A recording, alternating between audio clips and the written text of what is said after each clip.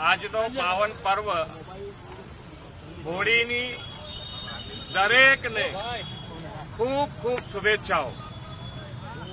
આ તહેવાર અસત્ય ઉપર સત્યનો વિજયનો તહેવાર છે, રંગોનો તહેવાર છે, મતભેદો રાગ દ્વેષ ભૂલીને એકબીજાને સ્નેહથી મળવાનો તહેવાર છે અને આ તહેવાર આપણે ખૂબ સાથે મળીને રંગોત્સવથી ઉજવીએ।